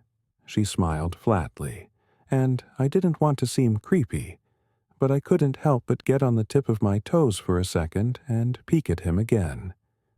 No doubt the guy was in his 30s, and if I had to be more specific, I'd be leaning more toward late 30s than early. He was wearing boots, jeans, and a blue and brown flannel, and had a 5 o'clock shadow I could see from the store. The more I looked at him, the more weirded out I felt. But then again, none of this was my business, and I didn't want to pry. She definitely didn't seem to be with him against her will. "Ah, gotcha," I smiled, but the whole thing felt unignorably off to me as she handed me a 10. "You guys going on a road trip or something?" "Something like that." There was this turbulent mix of emotions in her eyes, and while she looked excited, definitely thrilled about something, she also kind of seemed to be longing too. I only got a glimpse of it, though, as she unexpectedly asked, "You ever just do something totally crazy? Like, overnight?" "I mean, I took a heroic dose of shrooms once on a whim without a trip sitter." I smirked, and she chuckled too, but shook her head. "I didn't mean something like that." She paused. "Anyway, have a good rest of your night." "You too," I remarked, but as she turned and walked away, I felt a steadily increasing urge to say something, to ask her why she was with this guy that looked like he could be her dad, to inquire more about this crazy overnight thing she was hinting at, or this road trip-esque adventure she was on that had her at this infamous gas station at 4 a.m. But I was just too immature at the time, and selfish. Even feeling like I should probably investigate what was happening, probably pay more attention to what was going on, I also felt like I really couldn't be bothered. I told myself that it wasn't my business, that I shouldn't be nosy, but really I just didn't want to get involved. Though, a moment after she left the store, my curiosity got the better of me again, and I peered over the cigarettes at the truck in the parking lot. She was already inside, and at first it looked pretty unassuming. It was old and kind of a faded red, with 2x4s in the back under a blue tarp. All in all, nothing suspicious. But when he got to the turnoff onto 84th, and he took a right, I noticed the passenger side window was broken, like it had been punched out. I couldn't see the girl well this far away, but her being in this older guy's truck with the right window shattered made me feel even stranger about the whole ordeal. Something was definitely off. But at the time, my lazy ass just didn't care enough. It was mid-July, though, when the veneer of eccentric late-night patrons was shattered forever, and I was forced to see what was really going on. It began with a loud rumbling from the parking lot. I got immediately uncomfortable as some biker douche rolled up, revving his engine like if it were loud enough I'd give him a discount. Then he climbed off the bike and came stumbling toward the door, the green neon flickering onto him from the window. I could tell just from the counter that he was totally hammered. He could barely even make it inside. He came right to the counter and absolutely reeked of alcohol. "Give me a pack of menthols. Camel," he slurred, leaning onto the counter with his right hand. "You okay, man?" I grabbed it. "The fuck do you mean?" His hostility freaked me out just as much as it annoyed me. "You're obviously drunk off your ass," I replied. "You just drove here on a motorcycle. Seems like a bad idea." "Shut the fuck up and sell me the cigarettes, man." He was glaring at me like he was ready to swing. And though he was so fucked up I don't doubt I could have taken him, he was still a big guy, and it really wasn't worth the trouble. "Your funeral," I muttered, grabbing the cigarettes and noting it was the last pack. Normally, I would have made some quip about that, but with this guy, I just wanted him to leave. When I slid him the cigarettes, he flung his cash at me and almost walked away without his change. Then he stumbled off back out the door, shoving it open so hard I wondered if he broke it. And then, without any warning, as he stumbled along the window toward his bike, his entire body changed. My breathing stifled as I noticed his head was dented in. Multiple of his teeth were missing, and blood ran down his face and soaked his jacket. He was covered from head to toe in cuts and scrapes, and his right arm was broken, the bone jutting out slightly. I stumbled back and tripped, knocking over the vape pens, then almost slipped on them as I scrambled to my feet and chased him out the door, staring in horrified bewilderment as he climbed onto a waterlogged motorcycle, the front of it totally wrecked. "Hey!" I screamed. "Man, are you all right?" He just looked at me, and as he stared into my eyes, his look was totally different than before.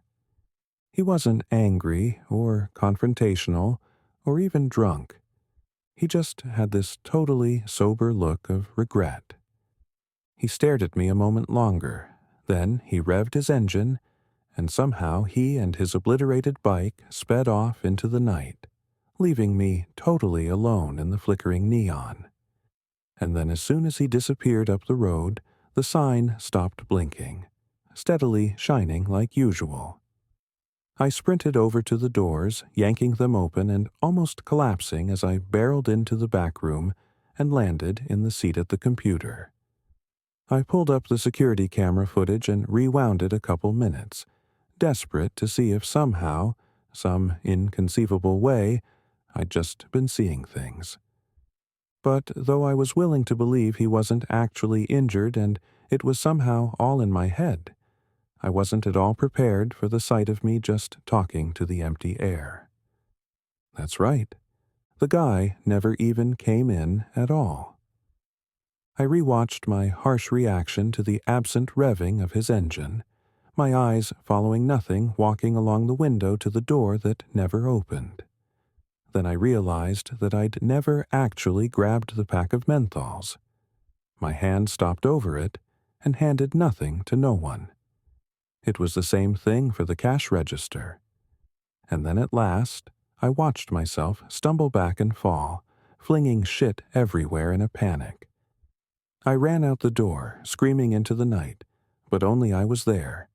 It filled me with a terror so paralyzing I almost just left right then and there.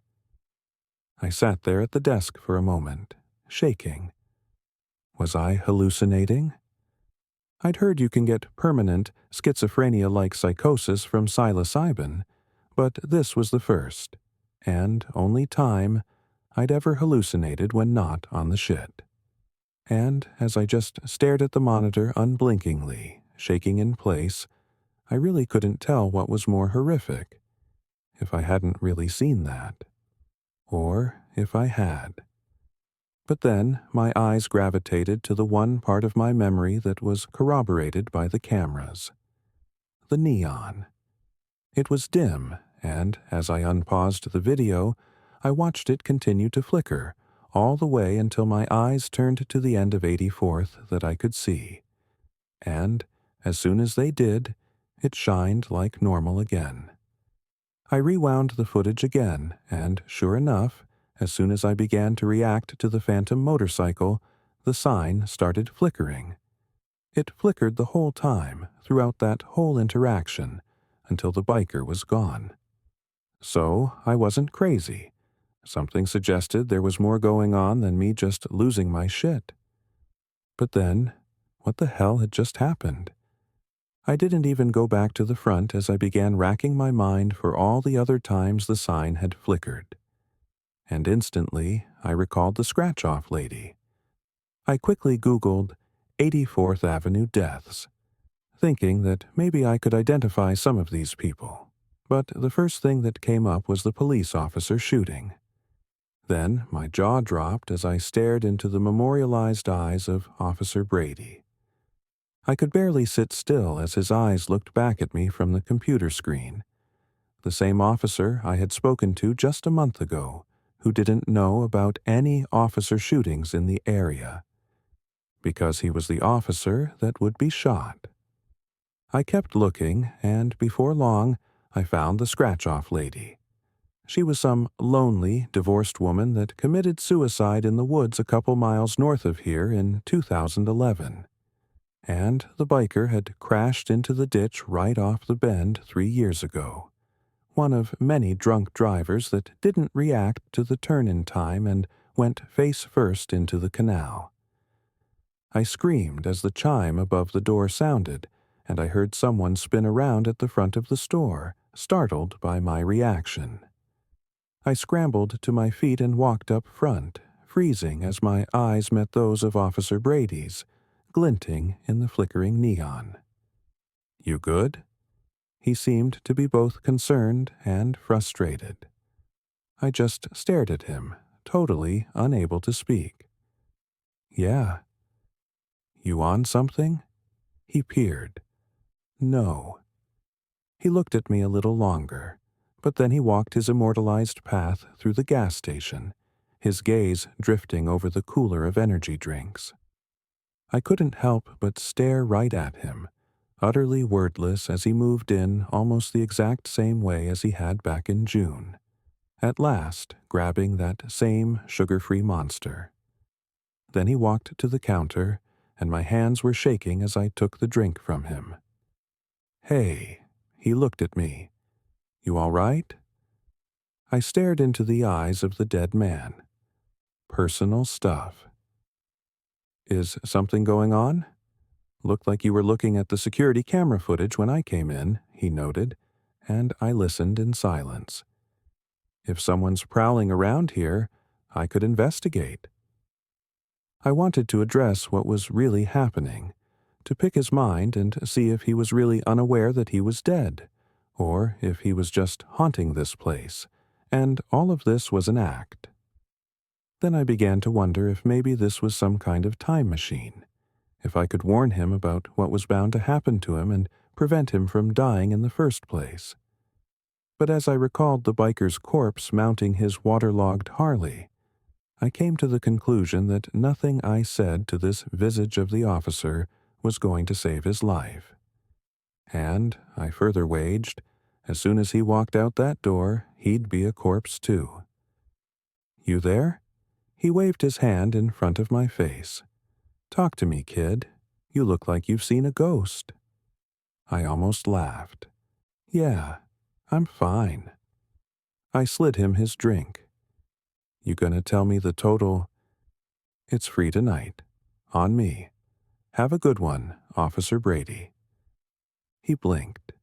He stood there for a moment as if considering investigating the gas station regardless of my cooperation, trying to get to the bottom of my unusual behavior. And maybe in life he would have. But his fateful march to the street where his life would be taken from him seemed programmed to resume as he suddenly turned and walked out the door, just like he had the last time back in June, taking his energy drink with him. I followed him outside, standing beneath the fluctuating sign as my eyes fell onto the exit wounds in his back, the red streaks oozing from the holes in his uniform. I felt like I could cry at the sight of it. I walked back inside and had made my mind up to quit then and there. I wrote up a note and left it in the manager's office. Then I locked the place up and left the key under the propane cylinder exchange out front, about to text my morning relief where the key was when I froze. I remembered the girl with black hair and big brown eyes.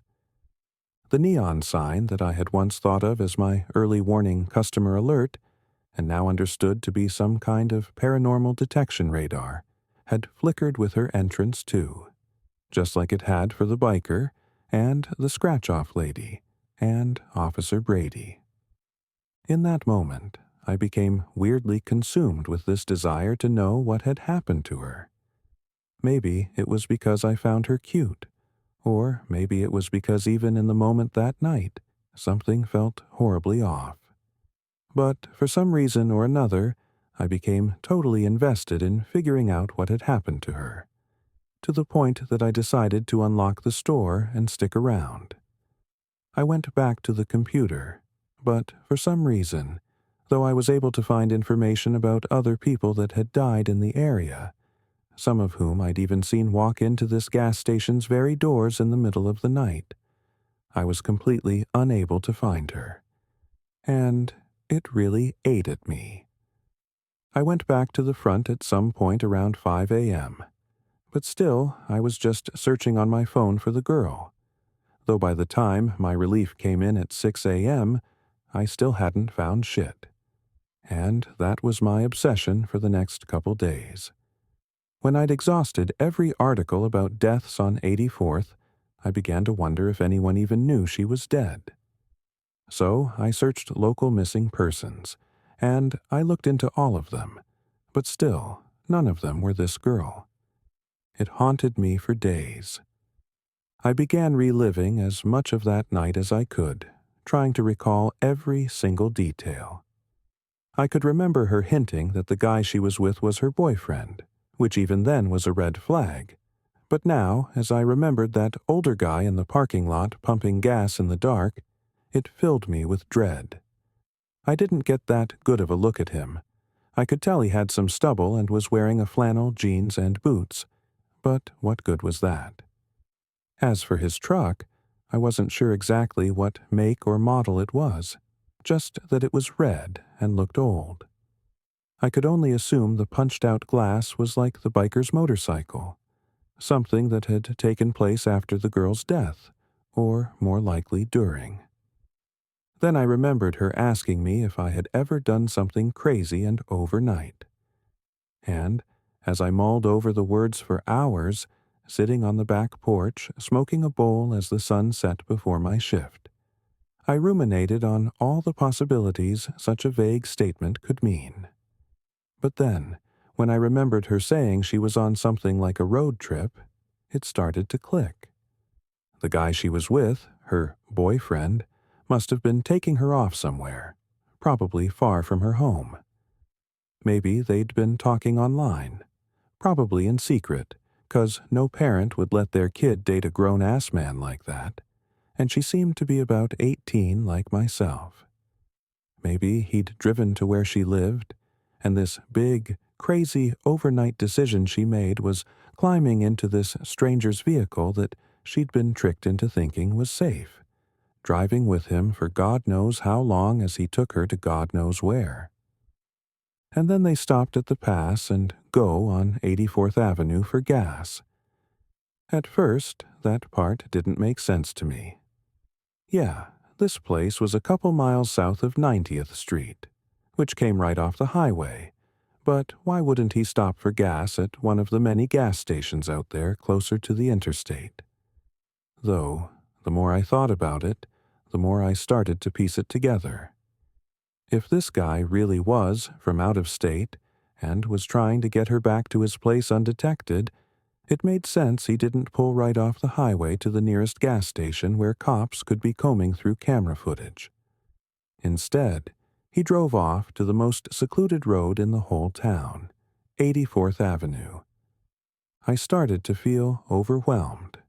I had nothing to go off of to narrow my search, really, and for all I knew, I'd have to look at missing persons listings for people in every surrounding state, and maybe even farther than that. I mean, it was just impossible. But at last, saying a prayer to whoever was listening, I typed in the vaguest string of clues I had. Missing girl brown eyes, black hair, red truck. And then I scrolled and scrolled and scrolled. I searched it first in various counties in Iowa. Maybe she was just from a lower part of the state. But when that didn't yield anything, I searched the same sentence with counties in Missouri at the end, and then Kansas, and then Nebraska. And then, after over an hour of looking, my heart skipped a beat. I saw those big brown eyes looking back at me through my cell phone screen. I clicked on the news article, and there, in her missing persons listing, was unmistakably the girl's face, just like the one in the gas station. I immediately read the article, like it was some sort of divine revelation. Her name was Amber Wicker. She would have just turned 18. In fact, her birthday was only 2 months ago, but her disappearance was 4 months ago, which meant that on the night that she'd actually stepped into the gas station and not the memory I had cohabitated, she was only 17, making the whole thing even more disturbing to me.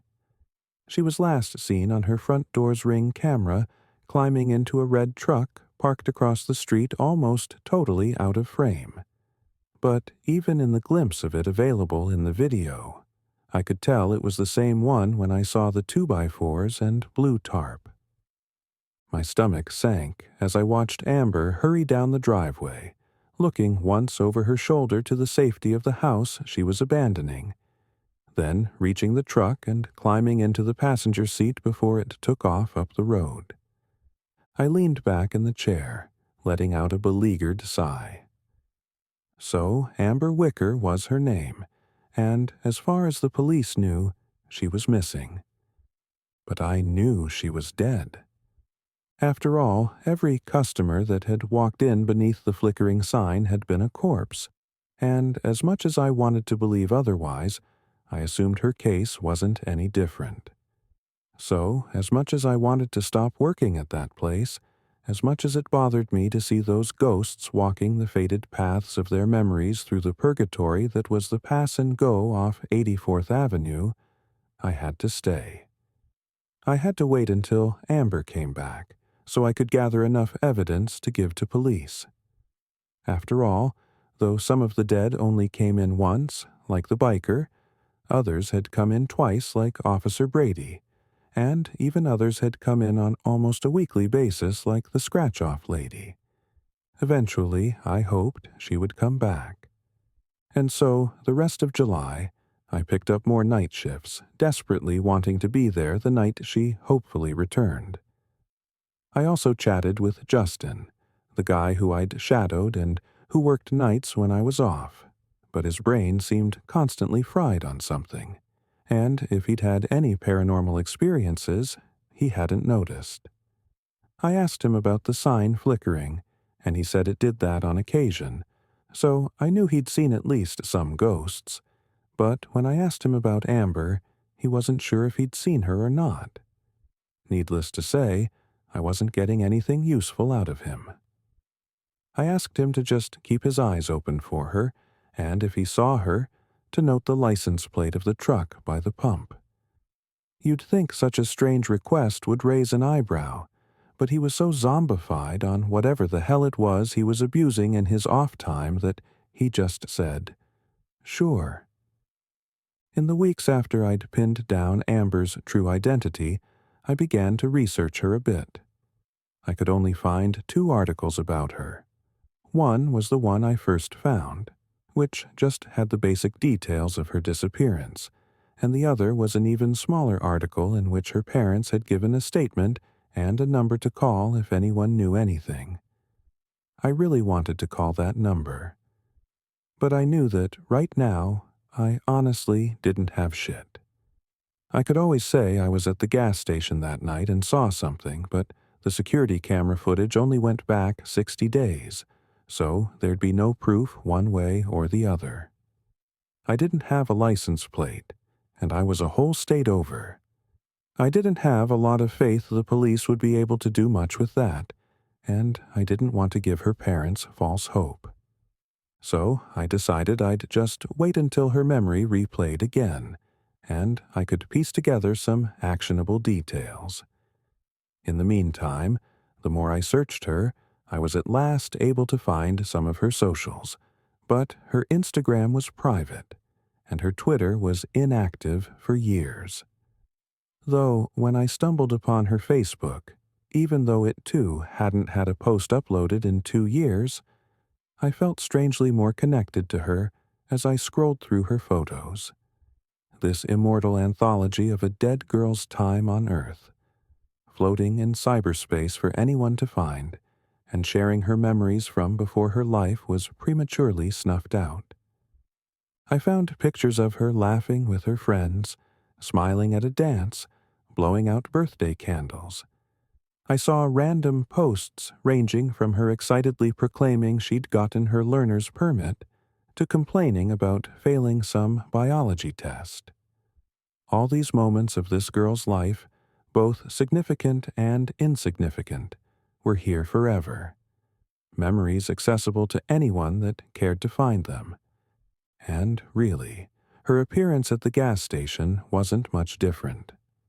Though that memory was supernatural, unfolding in real time over a real place, it was, in essence, the same, just some moment of her existence that unaffiliated people such as myself were able to witness.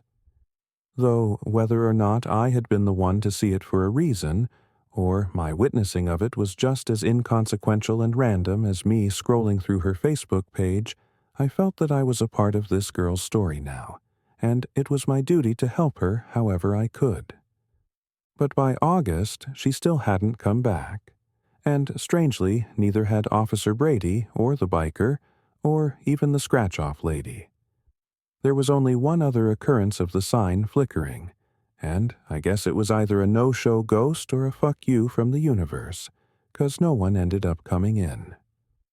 I got worried that whatever supernatural phenomenon had been taking place was over just as suddenly as it had begun, and that I'd never see her again, never be given a chance to atone for my apathetic complacency that night when I could have paid more attention to a situation that was obviously suspicious. And, even worse, I was shipping off to college in just a couple of weeks. My remaining days at the Pass and Go were numbered. So, on August 3rd, while sitting behind the counter in the dead of night, waiting for the purgatorial replay of an apparition's final stop on the drive to her untimely death, I made up my mind. If she didn't come in tonight, then tomorrow I'd take matters into my own hands. It dawned on me that Amber must have died nearby here. The only ghosts that ever walked into this gas station were those that had died on 84th Avenue, and that was true for Officer Brady, who had been shot just down the road, the biker who had crashed into the canal by the bend, the scratch-off lady who had hanged herself in the woods, and all the others I'd seen walk through those doors beneath the flickering green glow. And though I had no idea where to look, I had one thing to go off of. I'd seen the truck turn right at the turnoff. So, somewhere north of here, she must have died. And maybe, just maybe, I could figure out where. By morning, I still hadn't seen her, or any ghost for that matter, and after chatting with Tegan, my morning relief, I walked out to my car. But though I'd planned on driving home and getting some sleep, then searching later, I just couldn't resist the urge to look right then and there. And so, in my pass-and-go uniform and all, I walked over to the turnoff where I'd seen that phantom truck head right, and then did the same, walking north up the road.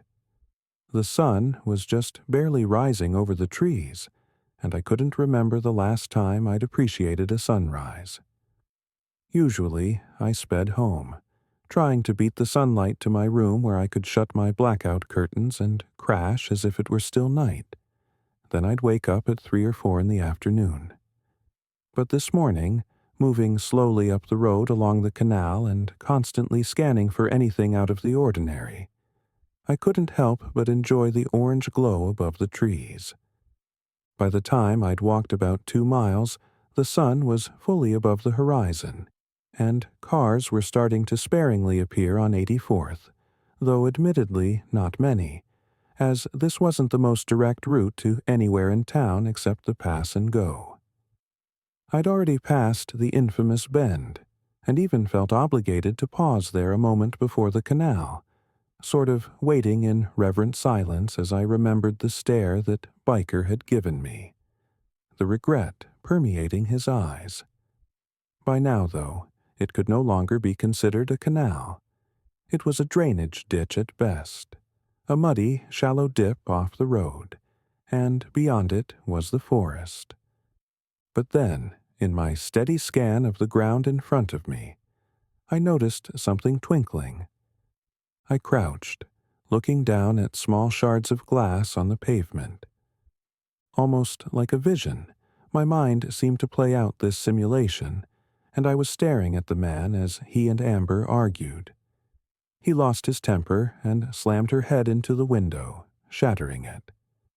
I noticed more twinkling coming from the grass before the ditch, and I could almost hear the sound of his boots scraping the asphalt as he kicked the glass off down the hill, trying to cover up anything that had happened. Then I noticed something yellow peeking out of the mud. I stepped down into the ditch, grabbing the corner of the plastic and pulling it out of its muddy tomb. Sitting in my hand was a faded, dirty bag of Lay's Classic, mostly empty, with just a few crumbs at the bottom. My heart raced as I recalled her placing the bag on the counter, and again I could see it before my mind's eye. The man dragging her body out of the passenger seat, her deadweight foot scraping the bag out with her. He probably didn't even notice in his panic as he dragged her toward the forest, the bag fluttering off down into the ditch below. I walked up the hill on the other side. I stepped into the forest.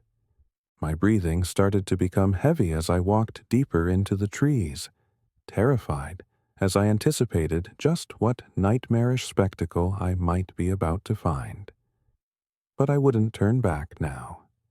And as the afterimage of Amber's conflicted eyes appeared in my mind again, I resolved to find where she was buried so I could finally give her parents peace.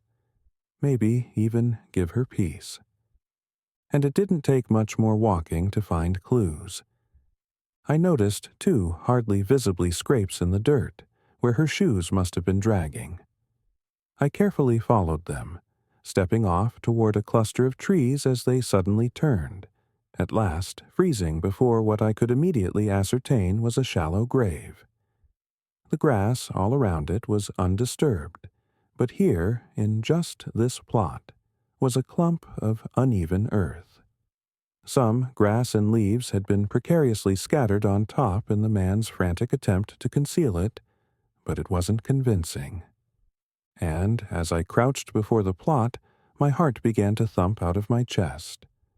But I gulped and steeled myself, knowing I had to see this all the way through for Amber.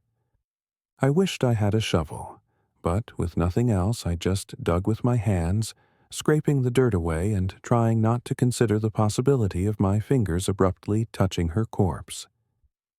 I jerked as I felt something that wasn't soil. Didn't feel like rotting flesh. So I brushed the sand away, and my eyes centered upon a filthy blue tarp immured in the ground. It was all I needed to see. I stayed right there, pulling out my phone and calling the police. And when they arrived within the hour, I told them I'd gone on a morning walk after getting off the graveyard shift, but noticed the broken glass and trash on the side of the road. They applauded me on my intuition, saying they probably wouldn't have found that suspicious at all. And, hell, I certainly wouldn't have either if I hadn't known the context. From there, I said I walked into the forest out of curiosity, but when I found what looked to be a trail left by dragging feet, I became convinced I'd actually found something serious. And, after a little bit of digging where the ground looked abnormal, I'd seen the tarp and assumed the worst. They were kinder than cops had ever been with me as they thanked me. And in just a couple of days, it was confirmed in a news story that wrapped in that tarp and left to rot in the woods off 84th Avenue for the last half a year was none other than the body of Amber Wicker. The girl with black hair and big brown eyes, taking her next big step in life. The last big step she'd ever take. I was glad I had been able to help her family get some closure, and hell, even lead to the arrest of the bastard that killed her, whose DNA was recovered at the scene of the crime. But even still, at the end of the day, none of that would bring her back. I just felt hollow. Finding her body, providing her parents whatever relief they could find, and putting that monster in jail still wouldn't bring that innocent, naive girl back to life. And, as I listened to a podcast on the graveyard shift on my last night of work at the Pass and Go, 4 days before I'd be heading off to college, I found myself constantly distracted thinking about that. But slowly I got my mind off things, paying more attention to the podcast and starting to stare off into space at last, the shift beginning to fly by, until just after 4 in the morning. I gasped as the neon sign flickered. I darted over to the side of the counter and peered over the cigarettes. I'll never be able to describe the feeling in my chest at the sight of that old red truck. And though I felt ice in my veins at the afterimage of Amber's killer pumping gas in the dark, when I found her walking to the front of the store, all that remained in my heart was an overwhelming longing, an inconsolable despair. She walked into the store, the chime on the ceiling ringing as she headed right over to the snacks. I stared at her undamaged body, her clean black hair, her innocent big brown eyes. I became emotional at the sight of it, trying desperately not to cry. She grabbed the bag of Lay's. Then she walked over to the sports drinks and I leaned against the counter, my chin in my palm as I gazed at this specter, retracing the final moments of her life, none the wiser to the horrible demise awaiting her 2 miles away. She grabbed a red Gatorade, then walked over to me, and I felt breathless as she approached, unsure of what I'd even say. "Whoa, you all right?" She looked at me, and I must have been hiding how I felt even worse than I realized. "Yeah, I'm fine," I lied, scanning the items like a robot. I cleared my throat. "What brings you out here this late?" "Nothing really." The total came up on the screen. "Big brother?" I limply asked, nudging my head toward the heartless man in the dark. "Ew. No. It's gross to have a brother." I must have asked the question differently this time, 'cause she stared deeper at me, asking again, You sure you're okay, dude? God, I wanted so badly to tell her to run, to just get the fuck out of here, to not ever go near that man again. I wanted to tell her that she was about to die, that he was her murderer, that these were the very final minutes of her life. But this was not a time machine. It was no different than that Facebook page from years ago, just a memory inexplicably suspended in time, just a brief expression of her existence that was as ephemeral an experience as her time on Earth, and nothing more. Can I ask you something? She raised an eyebrow. Sure. Have you ever done something totally crazy, just overnight? She blinked wildly, visibly taken aback by the words.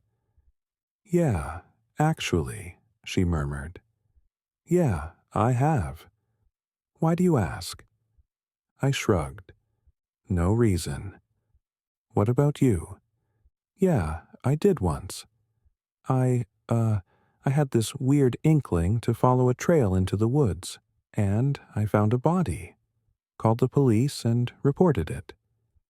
Creepy, she remarked. I let out a long sigh, handing her the stuff. Hey, this is on me tonight. All right?